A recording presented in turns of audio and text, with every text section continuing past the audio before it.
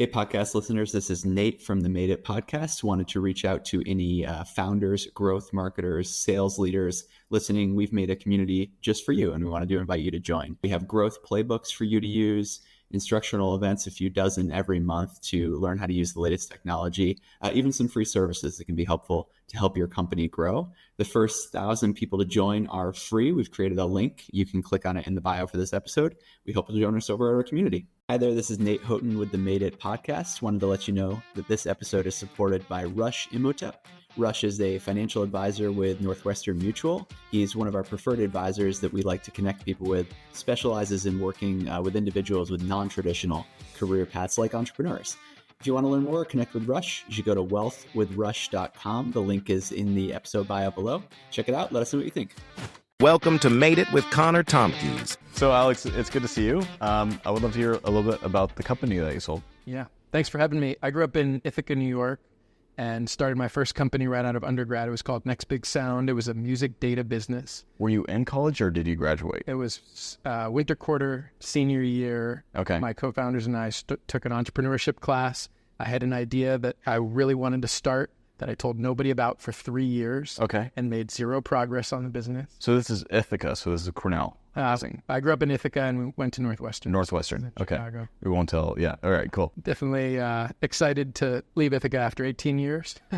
I understand that. And also, like, for me, I wanted to get out of state and then be off on my own. And then I was like, how am I going to afford out of state? And now I'm like, in state it is. That's fantastic. That's great. Exactly. I also did a college program for entrepreneurship. So I'm curious about like how that experience was for you, and did it actually help you with the launch? We won the best undergraduate pitch competition in $1,500, which was a giant check, which was hilarious. That's awesome. And that was our first reason to open a bank account and do a lot of the basics of like incorporating. We should do giant checks for everything, though, by the way. Like, I wish I had a giant check for you now. That would be nice. We had it in our office, and we used to joke, how long before someone sees a giant check before they make a joke about trying to cash it at the bank? And it was always, within 5 minutes of seeing a giant check, a natural human impulse to make a joke about trying to cash it. You can't help it. Yeah. And we're only human.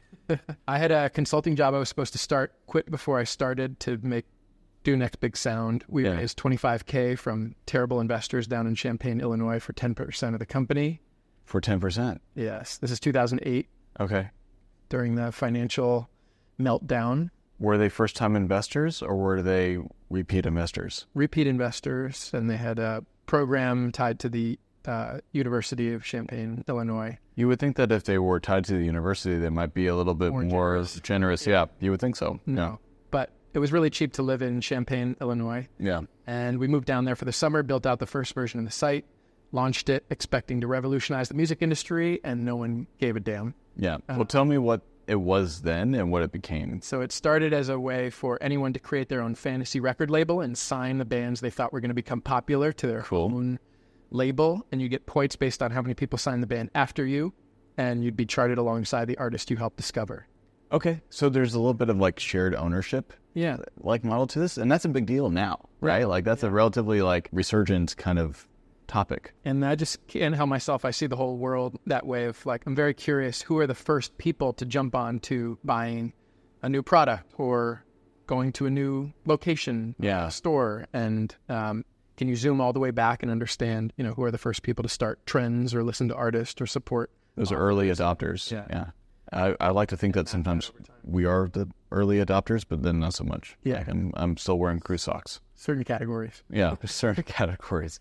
So I think that makes a lot of sense. Did you get any big names early on, or what was the tipping point? It's tied a little bit to that, right? Like, who are some of the early people that you were able to get that would help move the platform forward? So we were never able to really break out beyond linear growth of that first version of Next Big Sound. So I was living on a couch with friends in Chicago and took a job tour managing a band on a nationwide tour for 2 months, which was super fun, and I never want to do it ever again. That's a phase of life, guys. After that, and that was the time the last part of me that wanted to be a rock star completely died. When we had $5 a day per DMs to buy, milkshakes. And, exactly where you can go to make that $5 stretch. Right.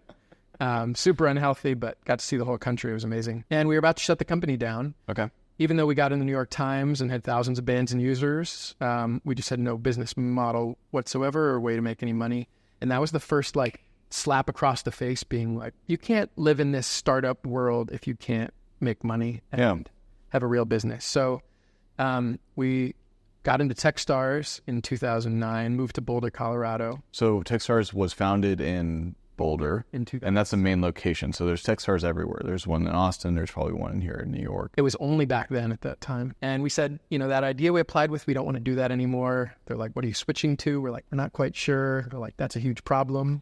And so kind of for that first month, we were exploring a bunch of different related ideas, and ultimately just started tracking where artists were already interacting with their fans online. MySpace, Last.fm, a bunch of sites that don't exist anymore. Right. And we said, why don't we just track those daily activities of plays, views, fans, and comments, and sell that to the business side of the music industry to help them make smarter marketing and sales decisions, and start tracking all the data historically so we can zoom back and see what are the key inflection points for Lady Gaga on her rise to fame, and how can we help other artists not have to reinvent the wheel every time, but give them automated insights and recommendations to make them reach their fans, grow their business. So you're getting into data congregation. Yep.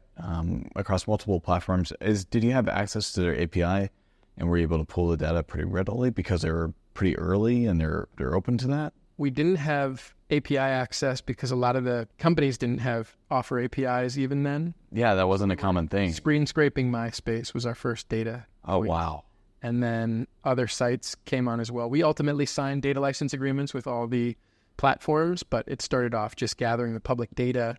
And we had a quarterly review call with Cooley, our law firm, to say the number of views that a band like Fall Out Boy has on a specific day is a fact, and facts aren't copyrightable.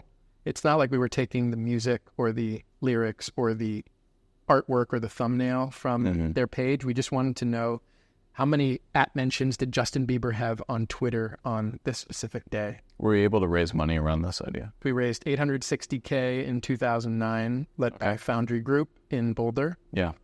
And they were phenomenal lead investors, and we stayed in Boulder specifically to work with Jason Mendelson, who was on our board for the entirety of the Next Big Sound journey. Okay. And, we were 22 years old and had raised venture financing and were hiring other folks. The first 3 people we hired didn't know anyone else in Boulder, so we all lived together in a 6-bedroom house. How amazing is that when you're 22 years old and you're inviting people in for an interview and you're like, so nice to meet you. Let me convince you about why you should work at my company. Yes.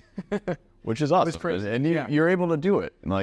So we couldn't compete for certain talent, but we could do very well from like recent grads that wanted to join something where the management team had zero experience in anything. There's definitely people that are open to doing this. Yeah.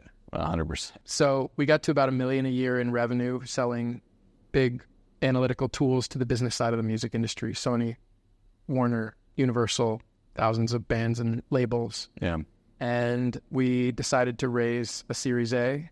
So we raised $6.5 million in 2011, moved the company to New York City, and grew the business there for several years before. $6.5 million at what valuation? 17 pre. 17 pre. So that's interesting because you have some really big labels, right? And it's interesting because sometimes I see companies that work with big names and have a big influence.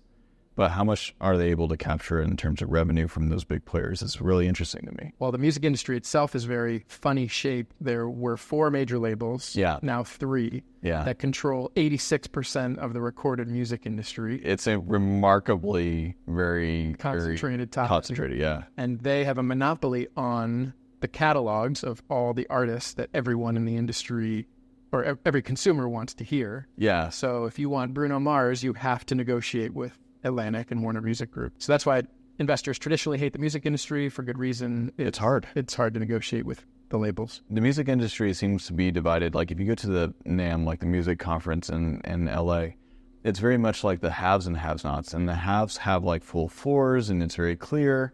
And then there's everyone who has a stall and they're trying to make it into it, but it's very challenging. It's very hard. But you were able to build a company in the space and sell a company in the space, which is pretty unique. Very fortunate. Yeah. So we were acquired by Pandora in 2015. You shot the gap. You did the thing.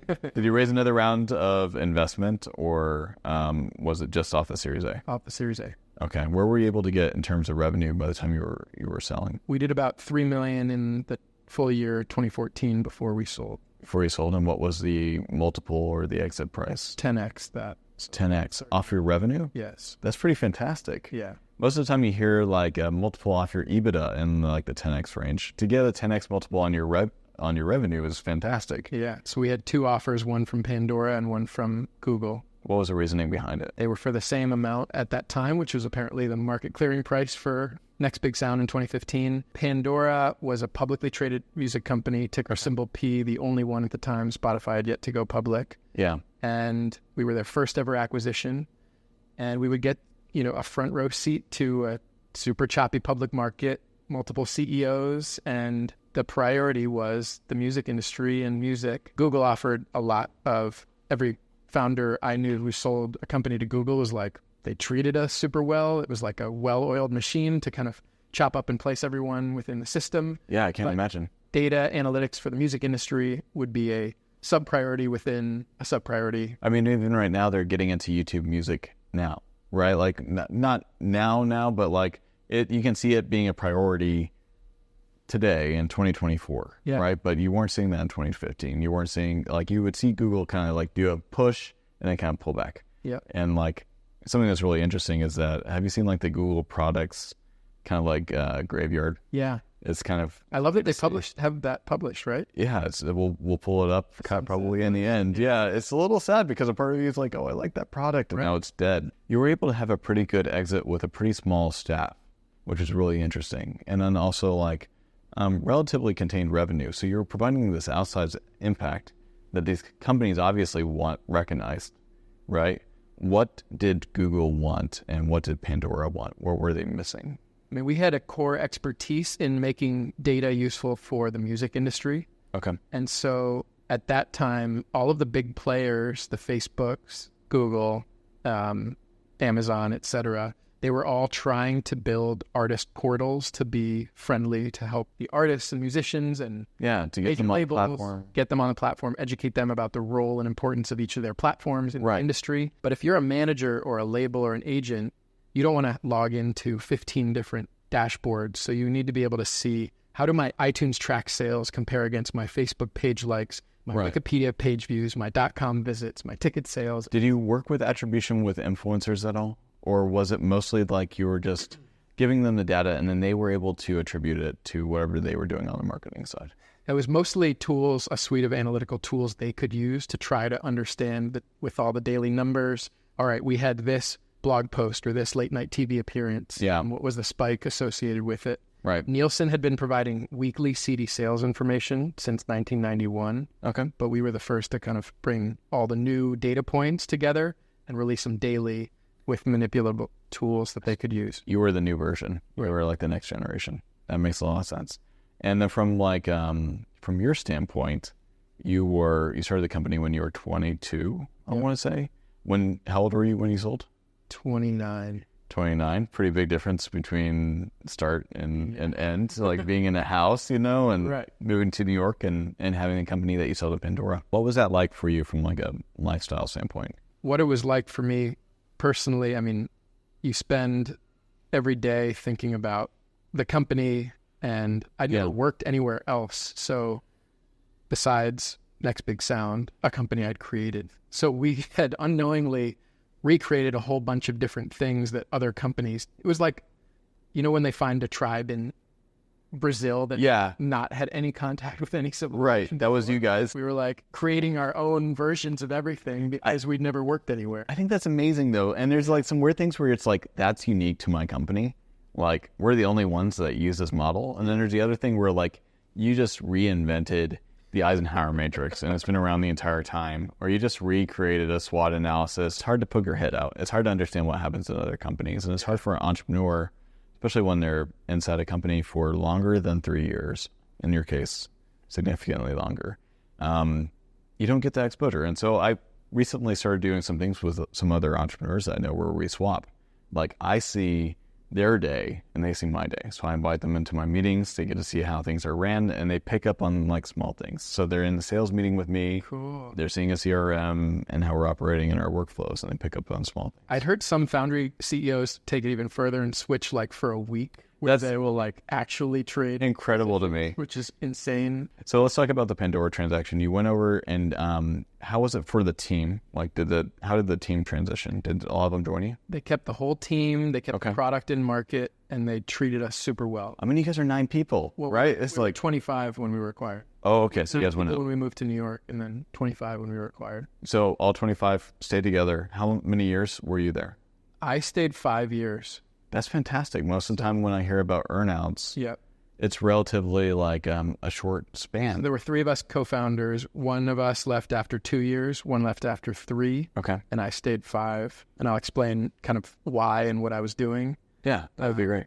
But the Next Big Sound team was treated really well. I basically, once the transaction closed, kind of put my head down and stuck out my hand and waited for the orders to come down. And shockingly, they were like, "You're a smart team. You tell us, now you know our plan and strategy. Wow. Where you think you can be most impactful," which that's fun. Not expecting.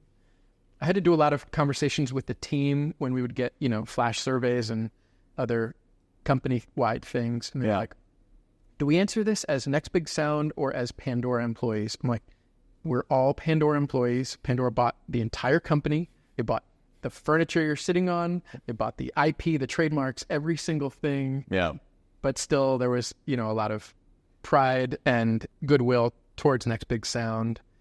And the organization, Pandora, had never bought a company before, but all the senior leaders had been involved in multiple transactions before. Yeah. The CFO had been at Adobe and Ancestry.com, and the product officer had been at Intuit and Amazon, who I reported into, Chris Phillips, who's amazing. Our first task, Pandora had never done direct deals with the music industry, so we were tasked with signing and reporting Pandora data out to the music industry, which is what we've been doing for years to the labels and publishers and managers. And so we, got to see and be part of this strategy to directly negotiate deals with the labels. How different was it negotiating with them as Next Big Sound versus Pandora? Very different. You knock on the door and they open up the door. We'd always used our big data partners to help us with the labels. For instance, the way we got Facebook data, we had to add Next Big Sound as an administrator on all of Sony's artist pages around the world. So wow, okay. There was no mechanism for doing that to pull in all of the top pages. If you look at the top pages on Facebook, it was Michael Jackson and, Beyonce and those. And so Facebook shut us down periodically because we weren't in their box. And then we would go to Sony and have Sony pressure Facebook. You guys were doing a lot of politics. I was very used to balancing lots of big giants. I always felt like we were a mouse running in between giant elephants who were... And you were doing this in your 20s too, right? Like you're like, "Hey, Sony, can you pressure Facebook? That would be great. Thank you. Yeah. That would be fantastic. Like, here's what I need you to say to this person at Facebook." I'm going to write this email for you and I want you to send it. Right. To be honest, thought that my age would really hurt me in all of these negotiations when in reality... the first year, my freshman year of college was the first year Facebook was in existence. So I really grew up with it. And so on reflection, a lot of the very senior executives that had been at the majors for decades, they would see me almost as like their grandchildren who were native in all of this and must have helped me and not hurt me in signing and negotiating these deals. It is interesting, and maybe this is like a topic where maybe we can pull out some themes, but there's some things that I feel like are overrated as far as like this younger like prodigy or younger tech founder that figured out this new company and was able to make it work. Like that's something that you hear about more, but it's overrepresented. It doesn't happen nearly as often. It's not something that investors are looking for. It's harder, right? But on the other hand, like you're talking about how they view you as like their grandchildren or something like that. Like when we were starting a company at the University of Texas,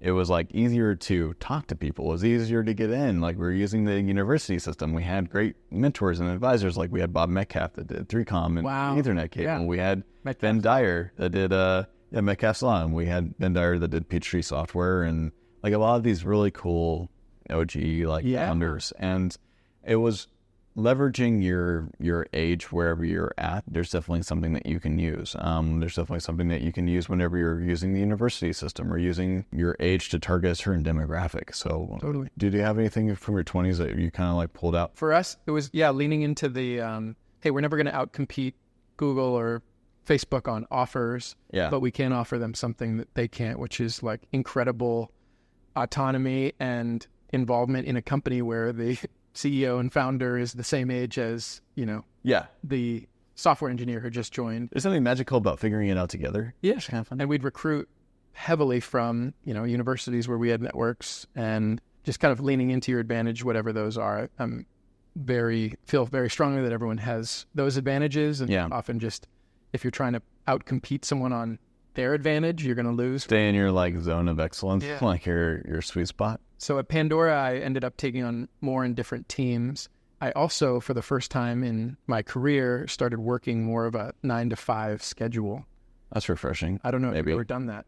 Well, yeah, actually, I do feel like actually as the company got bigger for me, I got more of a regular schedule. Yeah. So like once the company was at size and at scale, for us, I think it was like north of 40 million in revenue is when we had like a leadership team. Schedule kind of chilled out a little bit. Yeah. Everyone was in their seat doing what they're supposed to. So we were able to experience some of that. But I also kind of like working late. Like when things are quiet, like that's really nice. When people are sleeping, that's when you can get some work done. So you were experiencing more of like a balanced schedule, a 9-to-5. Well, when we moved to New York, I remember we finally started observing one day on the weekends, like me, Samir, and David, the co-founders. Nice. And I had to like Google. I was like, what do people in New York do on the weekends? World's your oyster. Turns out drinking mostly. Mostly drinking. Yeah. If you actually work between 9 and 5, you can get a lot done, and you also have and you don't have kids, an enormous amount of time in the morning and evening. I have 2 daughters. Okay, yeah. 4 years old. During that time, I didn't, and I still had all the same energy that I had before. And like a lot of folks that are wired the way we are, I just like had to channel it into all sorts of things. Yeah. And so the part I did want to share about, I feel like I got to experience my post-exit identity crisis, etc., in the safe confines of working at the acquiring company in a role I was very familiar with, head of Next Big Sound at Pandora. Yeah. With a bigger team, remit, resources behind us, able to achieve, above and beyond what we wanted to with that acquisition, what they wanted to with that acquisition, and run a marathon, train to run a marathon, and then try out 3 different professional identities that I thought I might be into in a parallel universe where Next Big Sound had never existed. What was that? Have you heard about or done any like lifestyle design I've heard about this because like secretly, I'm not sure if this applies, but like secretly I want to be like, what's it like being a firefighter? What's it like being a chef? But you have like these mental walls up, right? Like you're thinking like, I can't do that. You've run crazier walls than that. Yeah. So you picked 3 professions that you wanted to do. So what were the 3? Mine were investor, because when you're an entrepreneur, that sounds like the best. You always want to be on the other side of the table, and you're like, why do you get the money? Right. Like author. Okay. And professor. Okay. I like the 3rd. That's a goal of mine. So I partnered with the dean of the music business program at NYU. We can start there since you're interested. Yeah, 100%. Larry Miller. And we co-created a class, Data Analytics in the Music Industry. That's a fantastic class. Grad level course. I hosted the first section of that course at our Next Big Sound offices and gave them tons of data sets and access to programs and helped build that curriculum. That's fantastic. And then I taught that for 5 years. And it was amazing. So I got to write the curriculum and run it, the whole thing from scratch, the data sets, the homework assignments. I taught it in the negative teaching framework that I only had one professor do, the entrepreneurship professor, Troy Hanikoff at Northwestern, which is he would teach, the normal way to teach is I'm going to teach you a lecture about financial models, and then the homework assignment is going to be on financial models, and you have to model it and show that you absorbed the lesson. Okay. Negative teaching is the inverse of that, which is your homework assignment to show up to this class about financial modeling is to build a financial model that you haven't yet learned how to do. So you're going to struggle and fail, and you're going to show up with a hole in your brain ready to receive the information I'm going to give you. How to actually do it. I like that. I think that makes sense.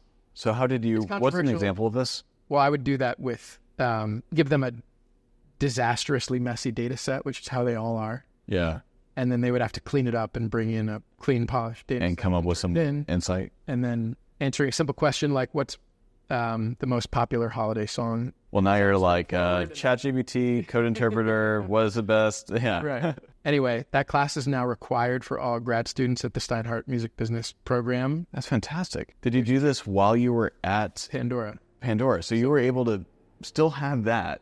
So I got Pandora's permission to teach this class. Yeah. I got to invite, the last half of the class was data analytics for every sector of the music business. So data analytics for band managers. And I've had band managers come in and I'd grill them on how they were using data and tools. Data analytics for Alex, you were the coolest teacher. Oh, so much fun. I want to attend this class and I'm not even in the music space. It sounds amazing. So that was my favorite of the 3 careers I tried on. That's the punchline. But I only have an undergrad degree and I'm not qualified to teach really anything. I think you're more qualified than a lot of people I know, actually. So and the adjunct professor economics are not favorable. I donated all my money to Music Will, which is a great charity that puts musical instruction back in public schools. Big fan of Music Will. Yeah. Music Will and Give a Note are fantastic. Cool. I was on the New York board for many years too.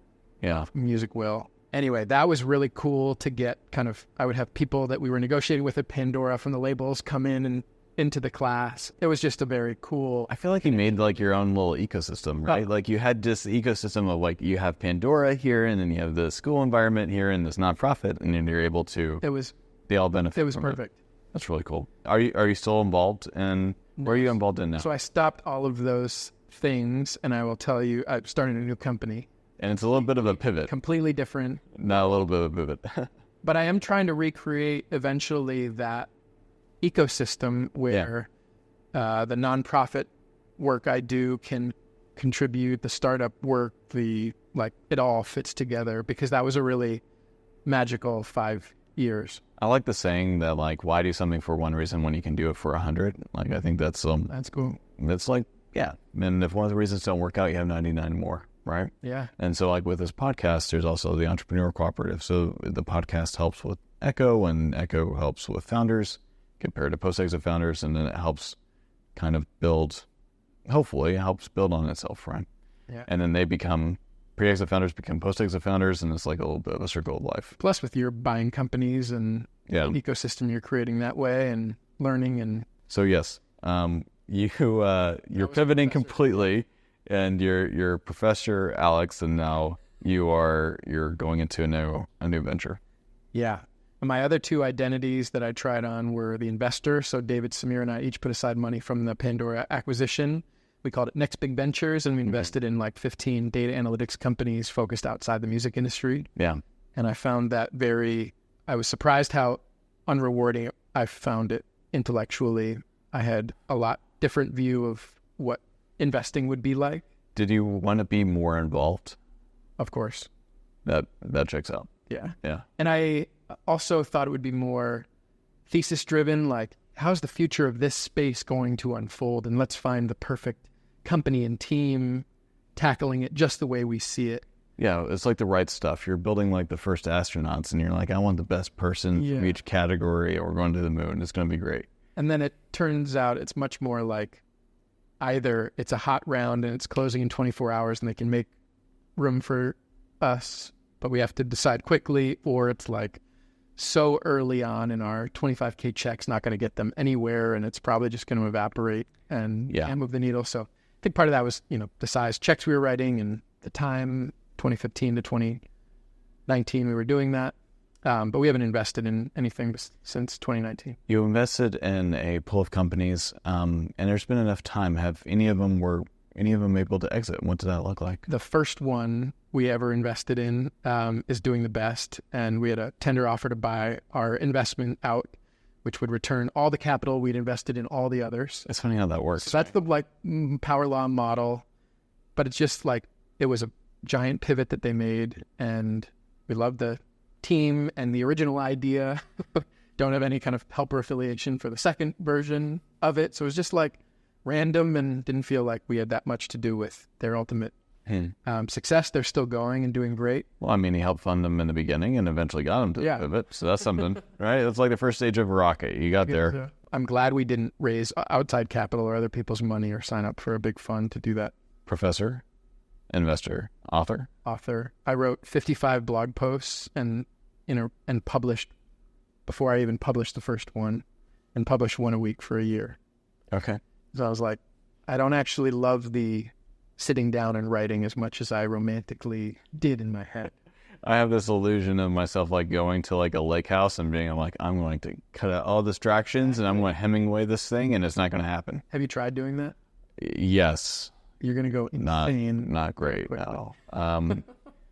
I want to know about like the name of the book.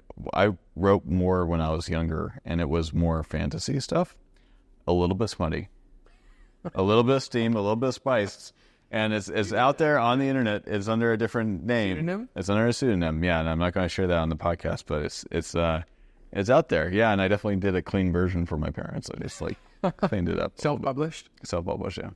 So there's like these different blog sites where you post and then you get feedback from other authors. Yeah. They rate it, and then you kind of go from there. So you were doing a blog post kind of similar to these sites where you get feedback from other authors. You're getting, in some ways, feedback from other people on your blog post. Okay. I felt like those three were kind of the areas I was most intellectually interested in. Yeah. And I did that in the first 2 years. I had all of that kind of running and humming. We were making angel investments. I was writing. You did this in 2 years, and you were working at Pandora. Right. It's pretty tight. Yeah. If I didn't know how the acquisition was going to go. Yeah. And I was like, well, what the hell am I going to do? Because I've only known Next Big Sound. And then I got offered a role running the content programming team, team at Pandora. That's pretty big. Individual genre editors. So we have one per genre that we make superhuman through tools and technology. So head of hip-hop, head of pop, country, Latin, jazz, blues, classical. Okay, come on. That's pretty amazing. It was amazing. I just imagine like all these people around a table, and they're all dressed up like their genre. Like the Western guys there with the no cowboy joke. hat. It's like the Avengers when they're all superheroes in their genre. Yeah. And they pretty much were caricatures and embodiments of the culture and the genre That's they so represented. cool. It was so cool. I would love to do like a video series, by the way, with that table and like show them like the latest drop from like a Kendrick Lamar, like Drake battle. That would be really cool to see. So we had like head of pop was Tiana Lewis, who was just like super opinionated and always nailing, what was going to resonate. J1 was our head of hip hop. Rachel and then Jen were head of country. Marcos was head of Latin. Juan did African programming, Caribbean. It was awesome. That's really cool. Just a wonderful team of people. And then I took on the algorithmic recommendation personalization team as well. That's a big one. Stopped doing Next Big Sound. This is like most of the product. So I became the VP of content and programming at Pandora across music, comedy, and podcasts. I can see why you stayed so long, right? And it was fascinating. And so it was this awesome intersection of millions of listeners every day, tens of millions, all the data points and feedback coming in, our industry relations team that was feeding us, the pre-release tracks and what was coming out and what the labels were prioritizing. Yeah. And just that kind of intersection of culture and podcasts and music and comedy. It was awesome. So you stayed for 5 years. Did you take a break after the 5 years? I took a year off. A year. What did you do? So I had 2 kids under 2 during the pandemic. That requires a lot of activity time. We had 2 full-time jobs. We were in a 2-bedroom apartment. My wife was working at Blackstone. Okay. Very intense finance role there. And we moved to her parents in Pennsylvania. Okay. And we were working our jobs and being bad parents and bad employees. And I left in September of 2020, and we moved back to New York City then. Okay. And I cheated in my year off from a parenting standpoint. Our kids were in daycare during the day, 9 to 5, but I still had hours in the morning and at night That's like the dream, though, is you have a little bit of a break and you're like, I'm going to watch my show that I've been waiting for, and it's going to be my time. So I gave myself a full year, no timeline around when I needed to start thinking on my next thing. Were you antsy or were you okay? I was okay. I think I'd had a nice long honeymoon and maternity and paternity leave, and so I'd experienced some of those, like, oh my God, it's Tuesday at 9 a.m. and everyone I know is working. I get a rash, Alex. Well, I'm pretty sure I like break out in hives. That moment when when your day's empty and it's very quiet. Yeah.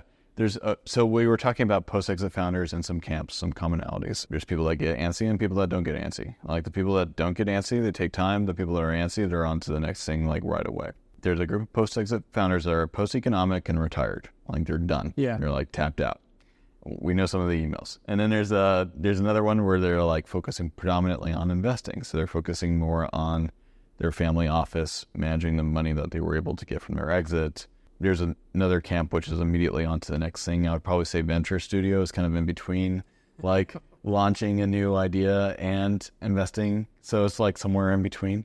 But those seem to be the three different camps. And you kind of hit on some of them, right? Like you were doing your earnout and plus some at Pandora, and you had your investor hat that you were wearing.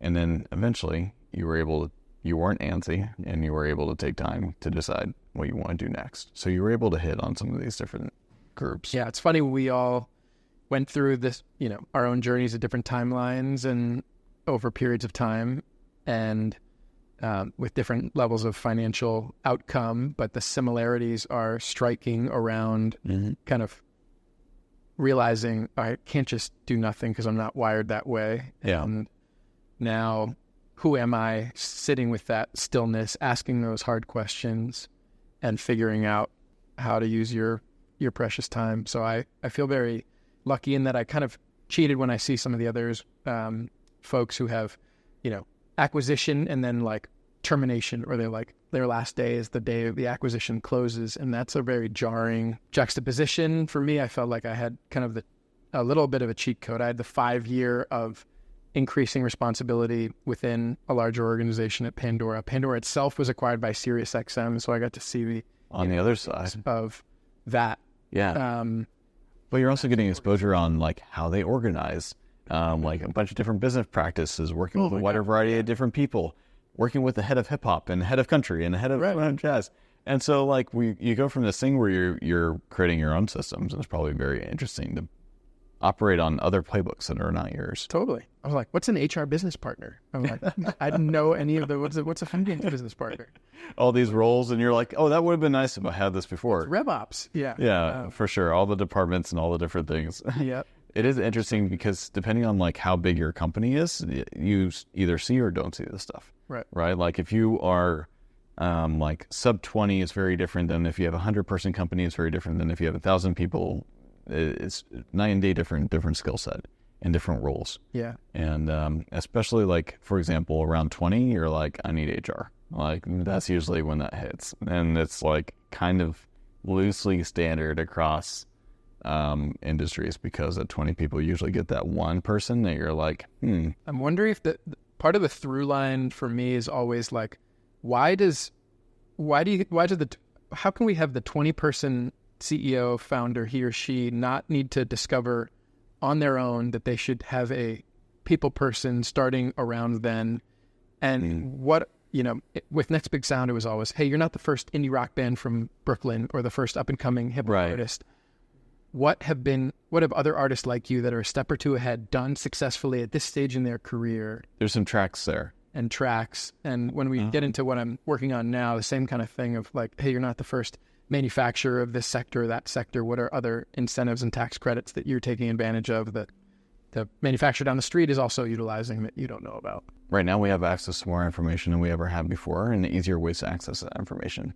So we're getting into verbal, picture, video, right? Like, so however you like to consume data, it's easier to consume that data. So there's a little bit of hope, right? And then I'm a little curious about like a lot of entrepreneurship can't be taught kind of question versus it can be taught. And like, there's some amazing videos on like how to start a startup that Y Combinator did, and a bunch of other like Paul Graham essays, a bunch of quality content that's already out there. And I'm not sure if it's the 80-20 rule, is that like 80% of running a company is similar, 20% is different, or if it's the other way around. And that's kind of interesting. That's important. Yeah. It could go either. I don't know the answer. I don't either. And so that's slightly problematic, I guess. But let's talk about how you're helping with laying down the tracks on the tax side. Like, what led you to finding your next thing? Yeah, so the only idea I'd had during that 5-year post-exit period that I couldn't shake was this, I now know it's called retail site selection concept, which is kind of next big sound applied to cities and complex adaptive systems like cities, which is, I want to open a bar, restaurant, yoga studio, H&M location. Where's the optimal place to put it? Okay. And how can we use data on every retail location in the country or the world, plus online and offline mobility and census data, to inform those decisions and be much smarter about what we build and where we build things? Yeah. And if you're a landlord, should you put a recording studio next to the cement mixer shop, or should you put, an industrial? These details matter, like. For instance, and how can we be smarter about that? There has to be a better way, guys. and what other parcels look like this one? And the landlord was deciding, the optimal best use of this location, highest and best use. Well, I do know that if there is a CVS, there needs to be a Walgreens next to it, and if there's a mattress firm, there has to be another mattress firm next to it. Exactly. So, I'm taking my year off. I don't meet with a single person for 5 months. Yeah. It was COVID, so that was really easy. I'm exercising. I'm burning down my to read, to watch, to listen to list. Okay. Down to 0. Yeah. Hitting boredom end of every list. Boredom's healthy. And then starting to ask the hard questions. And 5 months in, and then I also kind of layer back in, all right, I want to read every day. I want to eat healthy. I want to exercise. I want to play with my kids. I want to see my wife. I want to do all these things. And now I still have 8 hours a day that I'm want to work on hard problems with smart people. Yeah. And that hit me it took me 5 months. I don't know I would also want to know what the average length of time is for. I feel like I can maybe do a survey and send it out to a group. Yeah. That might be kind of fun, actually. So 5 months for me, and then I'm like, I never want to retire. I just want to work on hard problems with smart people. And then I started looking at asking every smart person I knew, what are the big thorny hard problems related to real estate, cities, data, fintech, small, medium-sized business owners. Yeah. And chased down the retail site selection idea with Warby Parker real estate team. It was like, how do you open your next store? Walk me through that process end to end. Right, yeah. And would it be helpful if you had a database, blah, blah, blah, blah, blah. Are you thinking about outsourcing the whole process? Because so I don't know. This is one of those things where you're not sure what positions are normal, right? Yeah. I imagine that they have a location selection professional. I don't know what education that person goes through. I don't know what platform they have access to, right? But I imagine that that's a job, right? Well, I didn't even know the practice area was called site selection. Yeah. So there is a real estate team responsible for opening new store locations. Right. Warby Parker would be the perfect example customer because they have all the online proprietary data that needs to be mixed with offline data around what stores are successful and what are leading indicators of those successes and demographic information, blah, blah, blah. Yeah. So got put in touch with them, and they were like, knowing that we should open a store in or around Grand Central is helpful, but the rest of the process is we need to actually know what leases are available. We need to negotiate with the landlord. Oh, interesting. We need to do the design, construction, and build out.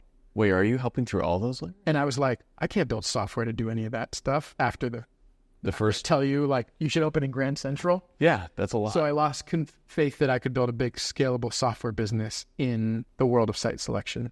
Okay. But through that process, tripped over the fact that, wow, there's public information that if you open in Manhattan versus Brooklyn versus Long Island versus Westchester County versus New Jersey, there's all different tax regimes.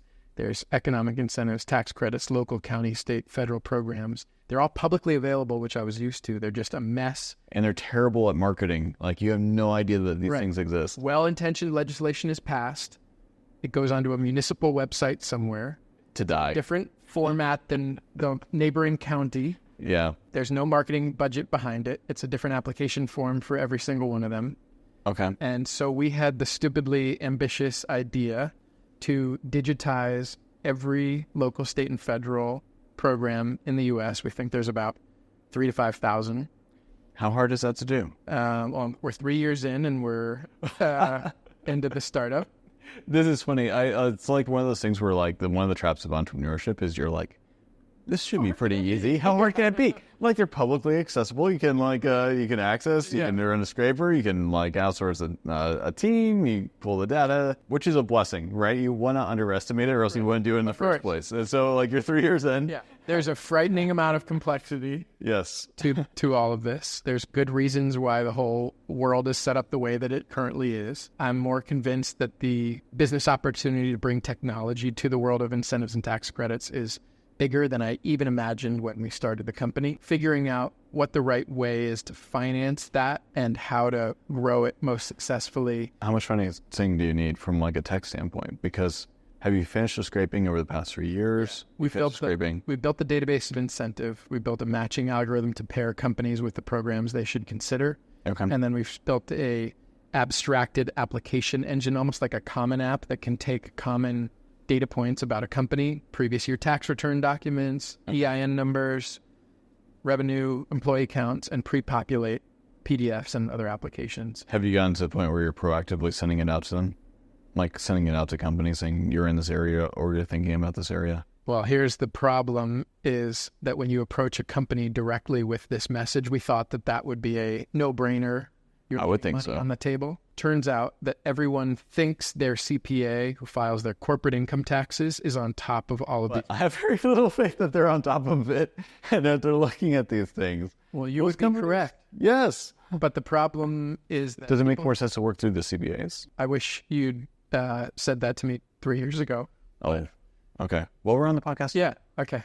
The way that every other specialty tax firm has been built over the last few decades is fostering a network of thousands of CPAs across the country that slow drip them clients over time. Okay. Say, hey, I have a potential prospect for the R&D tax credit or a green building incentive or right, when they build their list. Yep. Okay. And then they do the fulfillment and they share referral feedback to the CPA. Okay. Yeah, that makes sense. Have you reached out to like Baker Tilly or the bigger all? We published a book in January, Government Incentives and Tax Credits. That's a good read. I'm sorry. It probably is a great read. So if you're having trouble sleeping at night, it's a great sleep aid. But it was primarily a way to reach out 3 times to all the top tax and incentive firms to say, we're publishing this. It's geared towards CPAs. Do you want to be involved? It's a very cool strategy. Did the book work? Did it help push people across the finish line? Yes. The CEO of the largest specialty tax firm wrote the foreword to the book. Okay. So that helped us kind of build a relationship. Is this because you wrote a book yourself prior or wrote the blog articles that you were more comfortable with the thought of publishing a book? Because that's not a normal strategy for marketing for entrepreneurs. Yes. Running a book on topic, then enter the market. One of our co-founders had written the first version of the book in 2019 on his own. That was geared directly to the small business owner. Okay. This one was geared towards CPAs, accountants, bookkeepers, fractional CFOs, the finance teams around these SMBs. That makes sense. How you have to enter into the relationship there. And so that kind of demystified it a little bit with having kind of the manuscript and what it was take to self-publish a book. Yeah. I'm also someone, if I'm not learning every single day, I feel like I'm dying and going backwards. And so even going through the process of publishing on Kindle and Barnes & Noble, formatting covers and doing that was fascinating to me. We probably don't have time to get into this chapter of the Next Big Sound journey, but we actually launched Next Big Book, doing the same thing for book publishers that we were doing for the music industry. Oh, that's fun. So Macmillan was our anchor customer. HarperCollins was our pilot user. I'm sorry, is this a side project? It was a very important revenue source for Next Big Sound. Okay. And easy to fork our Next Big Sound tools for the book publishing industry. What year did this happen? I'm trying to fit it. 2014. Okay, so it's pre-acquisition. Okay, gotcha. We wound down Next Big Book through the Pandora acquisition, but I got to meet the CEOs of all the big publishing companies and their teams. That's a good connection. So I knew enough about publishing, but there's a huge difference, like in all things, between knowing the book publishing process and like actually formatting a manuscript. But how much fun is that? Like, I also enjoy, like, with this podcast, I don't know anything about audio engineering or editing or YouTube. I have no idea about YouTube. None. This is going to be on YouTube. Like, I had to learn about, like, this is how you customize a channel. This is, like, the latest, like, way to configure your shorts so that way it leads to your long form. But how, like, fascinating is that you're getting, like, a crash course in something that I have no idea about? So, yes, we've talked to all the tax firms, and like you might expect, they're huge operations. They're wildly profitable. Mm-hmm. They have credits and incentive teams. Mm-hmm. And probably 9 out of 10 of those experts you talk to are like, this is what we do. We're the experts. And they just kind of kick us in the teeth about, like, technology can't help you. I think you're in the right space then. Too complex. And then every now and again, we have one of those wonderful conversations where they're a partner at a huge firm that, like, is like, wow, you're building $1 billion business here. This is the total future. And I'm so excited and I want to be involved somehow. So, have you raised a round of investment for this one yet? Yes. You have.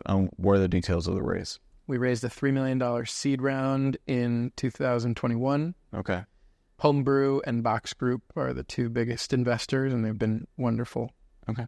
And I basically got to pick how much we raised and from whom, because it was 2021 and I was a second-time founder. It definitely helps being a second-time founder. Yeah.